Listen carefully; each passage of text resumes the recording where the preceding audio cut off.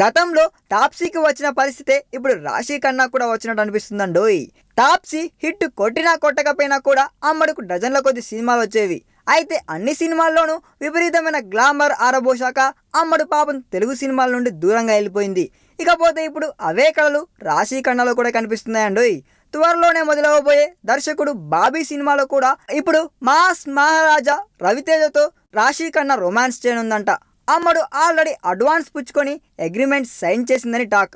ఇప్పటికే జిల్ సినిమాలో భారీ అందాలు ఆరబోసాక గోపీచంద్తో రెండోసారి ఆక్సిజన్ అంటుంది అమ్మడు.